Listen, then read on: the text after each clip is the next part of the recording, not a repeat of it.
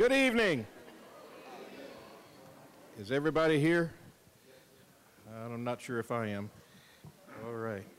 Good to see you all here tonight. This is an evening that could change your life. Precisely what that means is you're going to hear some things that will encourage you, inspire you, and hopefully let you know that wherever you are in your stage of life, that it's not the end, that there are possibilities beyond what you see with your eyes, and you can hope for a better future. If you've made mistakes, if you've really screwed up and done some things that you're not proud of, if you're in a status or a condition that seems like there's no way out, that the problem is bigger than you are, well, a lot of times it might be, but there's somebody bigger than the problem, and we want to encourage you to know who that is as well.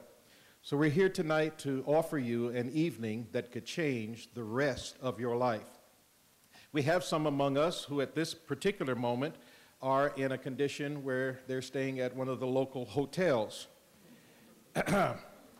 Yes, and in those establishments, they may not have the liberties that they normally would like to have, but we try to share with you as well. Wherever you are right now does not have to be your future. There is something better that is opened and an opportunity for you to strive for.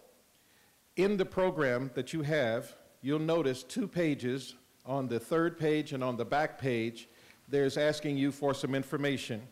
The first one deals with, on the inside back cover, talks about a petition to help our state legislature know that we really want those who have a felony background or a felony history to have their voting rights reestablished. It seems unfair to some of us that because of whatever you've done in your past, that it should live with you for the rest of your life. That seems to be unfair. You've paid your price, you've done what the justice system requires, and because of that, it should not hinder you from being a part of this thing we call America. So we're trying to change the state legislature in Kentucky, where Kentucky and Virginia are the only 2 states in the country that still hold, oh, thank you. Thank you for the musical background. All right. I make mention at this moment, if you do have cell phones, please put them on vibrate or silent so that the speakers, when they do come out, will be able to make their presentation without interruption. But going back to this, Kentucky and Virginia are the only 2 states in the country that do not reestablish rights to those who have a felony background once they're released. There are some states where even those with a felony can vote while they're incarcerated. We, at least in Kentucky, want to have your rights reestablished once you're released. We'll work the rest of that later. There's a second thing that we're working with an organization called PAR, People Advocating Recovery. In that organization, they're attempting to have a certificate of employment allowed for those who have a felony background or any other record for that matter to at least get a certificate from the incarcerating establishment that says this is what you're skilled at, this would be the job that you're capable of having, and we want you to be employable once you come out of incarceration. We think it's unfair that the system locks you up for the rest of your life, and we want to change that. I'm talking about we being the organization called OASIS. It's offering assistance, sustenance, information, and support. We are the host and the sponsor for this evening program, all right? So that's one of the things that we're working on. On the very back of the program, you will see a survey where we're asking everyone to please fill that in.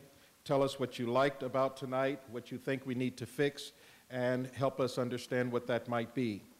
The third thing on the back is when you get your goosebumps from tonight's speakers, when you get all excited and you see what life can do, when you see the possibilities of what others have gone through, maybe you are ready to make those steps yourself. If you are, and if you are serious, we are planning on the 1st of August at 5 o'clock at the Oasis Outreach Center, the corner of Robin and Greenup, that we will have our first of a number of seminars to get you on the plan and program you want for your future. We want to help you get to your dream. We want to help you arrive to the level you feel that you ought to be at. And regardless to what your past has been, we keep our doors open for all of you who are ready to move ahead. And if you're serious about that, on August 1st, put your name down there, sign it in, give us an address, give us a phone number, or call me so that you can make your reservations and show up at 5 o'clock on August 1st. That's a Monday, all right? So that's where we want to take you from this evening. It is an evening that can change the rest of your life, but the rest of your life is in your hands. We can't change it for you. We can only tell you what we've been able to do with our lives and what successes we've made. We have two speakers for you tonight. This being the 5th event that we have hosted. We've had speakers like one that's over here to my far left, Mr. I think he's over there. Jim, you still over there? Mr. Jim Corbett? There he is, okay. Mr. Jim Corbett, who is a former NFL player. We've had Solomon Wilcots, former NFL player. We've had Judge Melba Marsh, who is an officer in the court in Cincinnati. We have Dr. Odell Owens, who you now know to be the president of Cincinnati State College in Cincinnati. We've had a number of speakers to come to tell us about their past and what they've lived through and how they've become successful in spite of adversity. Tonight we have two other speakers who can share their lives and tell us what they've been able to do. The first one, Corie Blount, former NBA player, a fellow who was successful in the game, played for 11 years in the professional ball, played for the University of Cincinnati, and we really appreciate his skill and his talent at playing ball. There was, however, an unfortunate incident in his life, and he'll tell you what that is, but in spite of that incident, he still is arriving to a successful level. You'll want to hear about that from Corie Blount, overcoming adversity. Secondly, a gentleman who is the Vice President of the Federal Reserve Bank will come and share with you some of the issues that came up in his life. And yet, Dr. Levon Henry has now been able to arrive to a level that many of us could only hope for. But even at that, he came from a place where it wasn't supposed to happen. Let's see about your life, where you're in a place now where it's not supposed to happen, but believe me, it can be done if that's something you're really willing to work for. So I bring to you, first of all, our first speaker for this evening, Mr. Corie Blount, who will talk to you about overcoming adversity. Let's hear what he's got to say.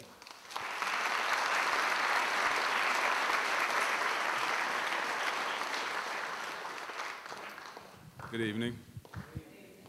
Well, first of all, I just want to thank you for coming and thank you for allowing me to come speak to you. He kind of gave you a brief summary about my career and what I've been through, but I'm going to explain it to you a little more in depth. I was incarcerated for a total of 1 year for possession of marijuana. And during that year, it gave me a chance to reflect back on my life. It gave me a chance to really think about, I attained all this success and all this personal achievement that I thought at the time was what I was meant to have, and I lost it all based on a decision. And that decision was to get involved with some friends and throw a party. And one thing led to another, and I ended up getting arrested for possession of marijuana. The judge sends me to 1 year at CRC, big fine, $10,000 fine. I was also, 3 automobiles was taken, and I thought I had lost it all. I really thought that based on my decision, I had threw everything away. You know, I really didn't even think about all my accomplishments, everything that I did in the past because of this event. And I was lost. You know, I didn't really know who to turn to. You know, I thought my friends was my friends, and they were going to kind of guide me through this event. But, you know, it woke me up very quickly when that judge says, I'm going to send you to 1 year in prison. So when he said that, it gave me a chance to flash back. It gave me a chance to really think about my life, think about everything that I accomplished. Gave me a chance to think about my family, growing up without a mother or a father, being raised by a 72-year-old great-grandmother in Los Angeles, California, during the height of the gang warfare. during the height of the drugs situation, during the height of all these young men listening to NWA on missions, on riding for their neighborhoods. I was in the midst of all that growing up in Los Angeles. So I didn't have a positive male role model in my life until I was 18 years old. And that's when basketball entered into my life. I had decided going into my junior year, I was going to try out for the basketball team. And, you know, a couple guys had already played already, so I had already, you know, a lot of my friends in my neighborhood. So I told them, I said, man, I think I'm going to try out for the team. They said, well, you need to talk to Coach Lip, man. We can use you. 6'6", you haven't played, but we can use you. So I went and talked to Coach Lip. I said, Coach, man, I want to try out for the team. He said, okay, Corie, come on. And you came at the right time, because next week we're going to Watts, California. And we're going to be playing in the Summer Watts Games. And this is an Olympic-style festival where all the high schools in Los Angeles get together and they kind of play against each other for points. You got track, football, not football, track, baseball, all these Olympic-style type of games, and you get points for it. So I said, okay, I'll be there. So I get there, you know, the guys who had played the year before me said, man, we play Pomona High School. I said, okay. They said, man, they got one of the best players in the state. His name is Tank Collins. I'm like, okay, well, I'm ready. So Tank and we're sitting in the stands, shooting, you know, messing around, cracking jokes, and Pomona walks in. So I'm looking like, well, which one is Tank? And they said, the fat one right there. I said, that fat dude right there? That's who y'all talking about gonna kill me? Oh, man, I'm about to kill this dude. Y'all tripping, man. I ain't worried about that dude. Don't even look like a ball player. So, well, man, he's pretty good, man. Oh, man, that dude is fat, man. I know I ain't got nothing to worry about. So the game started. Make a long story short, Tank kicked my butt. I mean, I couldn't do nothing with this dude, man. He had hands like Shaq. He was about 6'6", he was built like Barkley, 6'6", you know, big guy with big hands. So we started the game, tipping it off. You know, I'm fighting for position.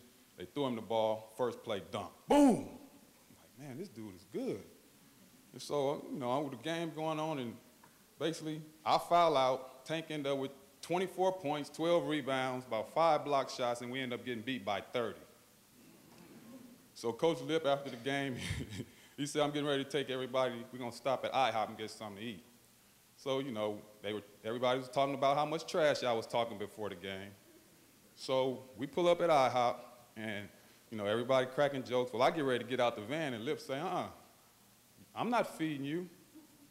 I'm like, why? He said, well, you're able to run your mouth to talk trash, but I don't think I need to put my money in that trash talking mouth of yours.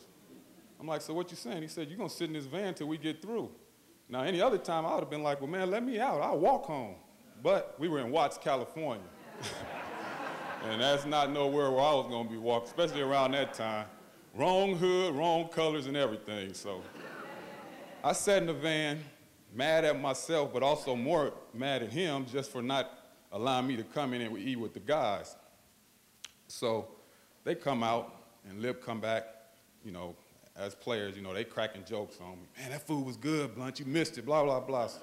I said, well, that's all right. I quit. I don't need this anyway. I was just trying out to see if I could make the team. I don't need it. And Lip would say, well, I don't want you to play anyway, because all you do is, you know, we go back and forth, back and forth. So that was the end of my basketball career at that point. I was done.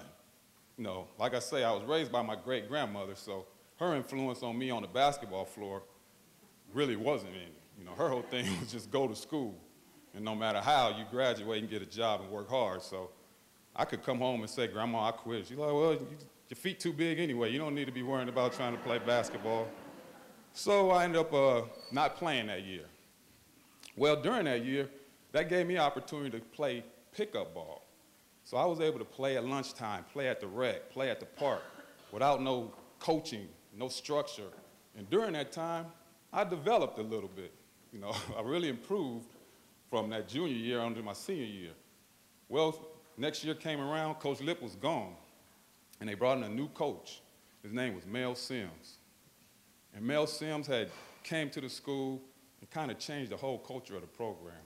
He came to the school, he painted the gym, he got these kids shirts that said Monrovia High School basketball, And I'm seeing the players walk around with that stuff on. I'm like, you know, and some of them were my friends, like, man, Coach Sims hook us up, man. You might need to think about playing again. I'm like, man, I'm done with that. So I'm playing at lunchtime. Coach Sims come out and say, Corie? Oh, yes, sir. I said, how you doing? We introduced each other, we talked. He said, well, I want you to come play for my team. I said, Coach, man, you know, I tried that last year. You know, I had a bad experience with Lip. He said, well, first of all, Lip is gone. And as you can see, I've changed the whole culture of this program. I said, okay, Coach, I'll try out. Well, make a long story short, I ended up playing my whole senior year. I was a leading rebounder and a third leading scorer on that team. But no colleges were after me. You know, I wasn't a high-ranking player. Excuse me, pretty good, but not somebody who was getting recruited by Division I schools. So my goal was just, hey, graduate, get a job. Well, during that senior year, my counselor came up to me and said, Corie, I need to talk to you. I said, okay. You're on course to graduate, but if you don't pass this algebra class, you won't be walking. I said, oh, Lord, because I hated math. And I already knew I wasn't going to pass that algebra class, so honestly, I just gave up. I'm like, well, man, if that's what's going to hold me back, I'm not even worried about algebra or anything. I'll just get me a job. My thinking at that time was, you know, who needs school? There wasn't nobody in my family before me to stress the importance of an education. Nobody in my family had ever graduated from a four-year school or even went on to college in my immediate family. And they were all women who raised me. So it wasn't a male or anybody else to tell me how important school was. So it wasn't no big deal for me. So I didn't graduate.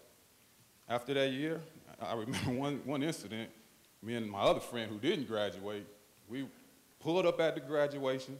We was in his car, popped open 240s, and I remember myself clearly saying, look at them dummies in there graduating. That's the mentality I had at that time, just like, it wasn't nothing important. I didn't have no purpose. I was just following the path. I was just drifting through life at that point. So, now the leading scorer on my team was a junior. His name was Byron Jackson. The year after I didn't graduate, I got a job at Kmart. Ran the neighborhood and worked every chance I got at Kmart. Well, it was Byron's senior year. And Byron had an okay senior year.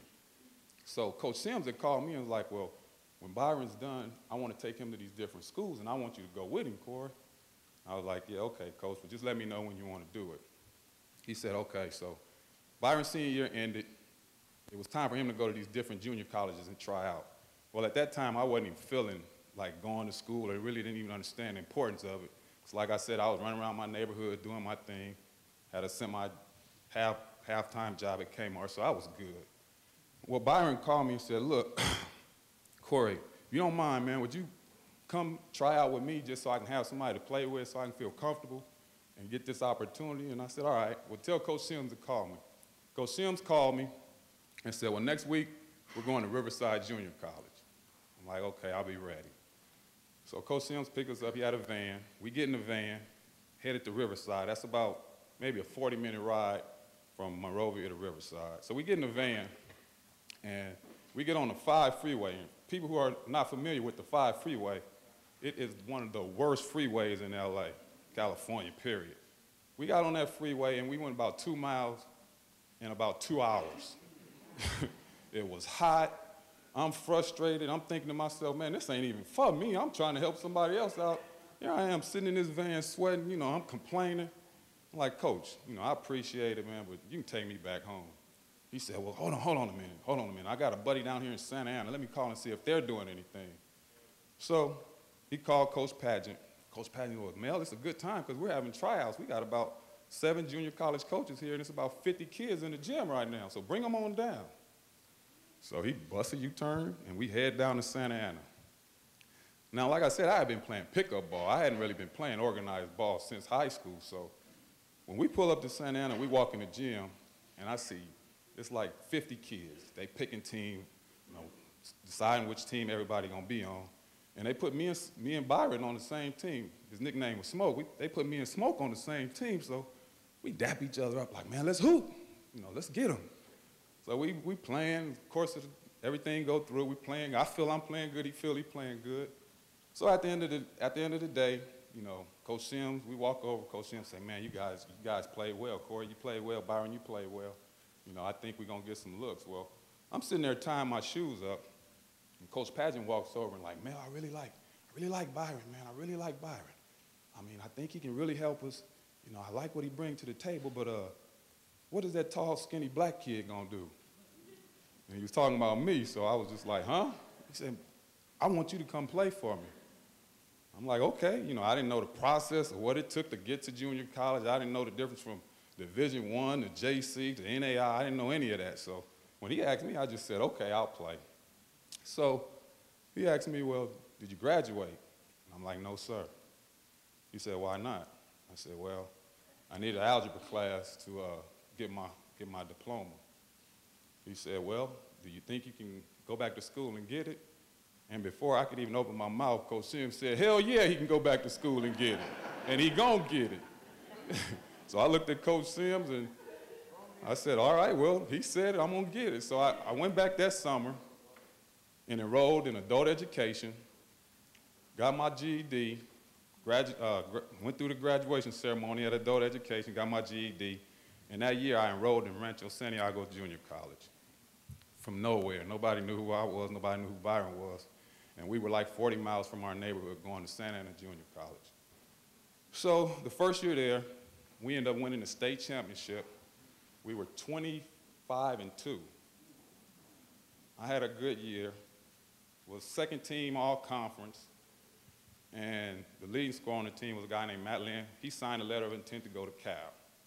The next year, we ended up going 35-2 and won the state championship. So my 2 years there, that was the first time they had won back-to-back state championships since 1966. I was the Conference Player of the Year. I was the California Player of the Year. I was the National Junior College Player of the Year. And we won the championship back-to-back. So now I'm getting a little name for myself. Now all these people in my neighborhood knowing Corie Blount, man, I knew you was gonna be good, man. I told you was gonna be good. I seen it in you, man. I knew you was gonna. So now the newspaper articles and all this stuff is coming my way. So it's time for me to pick a school. I had my heart set on UNLV. That was Tarkanian's last year. They were strong on a kid named J.R. Ryder, who I had played against in junior college, and was really leaning towards going to UNLV. But there was another guy on my team named Eric Martin, who played with me at Rancho. And he said that he wanted to go to Cincinnati. And I'm like, okay, where is that at? And why do you want to go to Cincinnati? He said, oh man, I went on a recruiting trip. I really liked it. I'm like, well, only thing I know about Cincinnati is WKRP in Cincinnati. And that don't say nothing about no basketball to me. So, you know, he was so hyped on Cincinnati. So we start going to Long Beach and play pickup ball. And during this time, became good friends with a guy named Terry Nelson. So Terry, during the course of time we're knowing each other, he tells me he's going to Cincinnati. I'm like, for real? He said, yeah, man, I like it. And then Eric told me he's going, man, we're gonna go there as a tag team and really turn that school out. I'm like, well, you know, why are you guys going? He's like, man, we just like the style. We met Coach Huggins, real mild-mannered guy, man. He's real easy, real easy to get along with, man. I'm telling you, you're gonna love your recruiting visit. And I'd already took 4 of my trips already, so I was like, well, okay, tell Coach to call me. Coach Hugs called me like, well, Corie, you know, one reason we didn't go after you because you had already verbally committed to go to UNLV, and honestly, we didn't think we had a chance of getting you from the first place, but if you're willing to come with Terry and Eric, we're willing to accept you. So I told all my family and friends that I was going to Cincinnati, or leaning towards Cincinnati. They like, for what? They asking the same, why are you going to Cincinnati? Blah, blah, blah. Man, that's all the way across the country. Man, it snows out there. You know that it snows out there. I'm like, well, yeah, I want to see some snow. I ain't never been in the snow. Yeah, let me check all that out. So make a long story short, we all signed to come to the University of Cincinnati.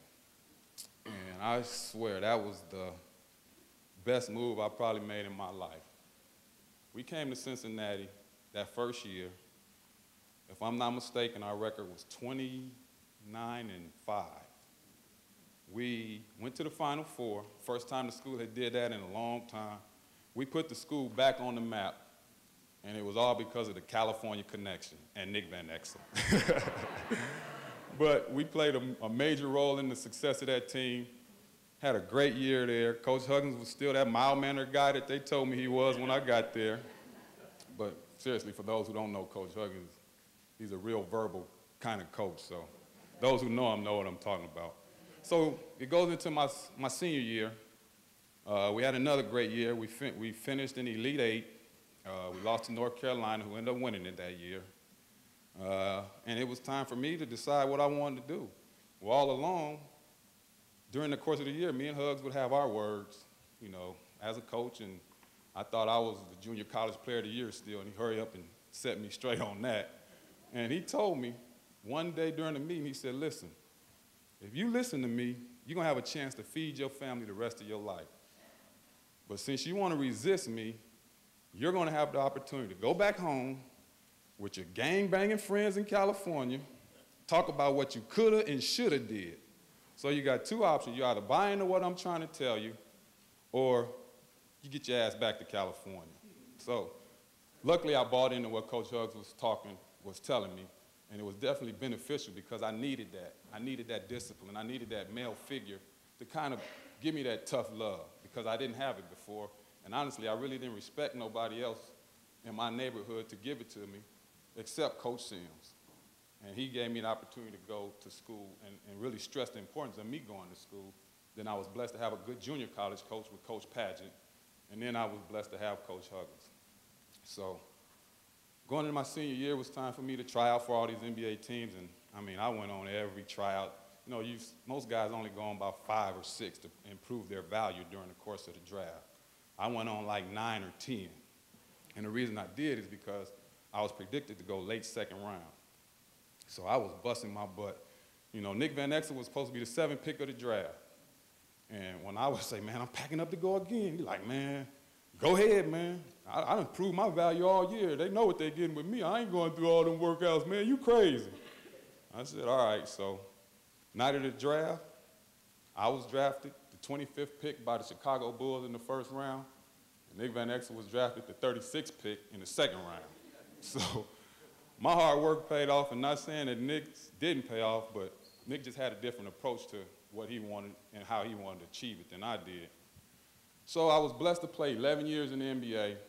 I played with Michael Jordan, Scottie Pippen, Magic Johnson, Shaquille O'Neal, Kobe Bryant, and not win a damn championship ring.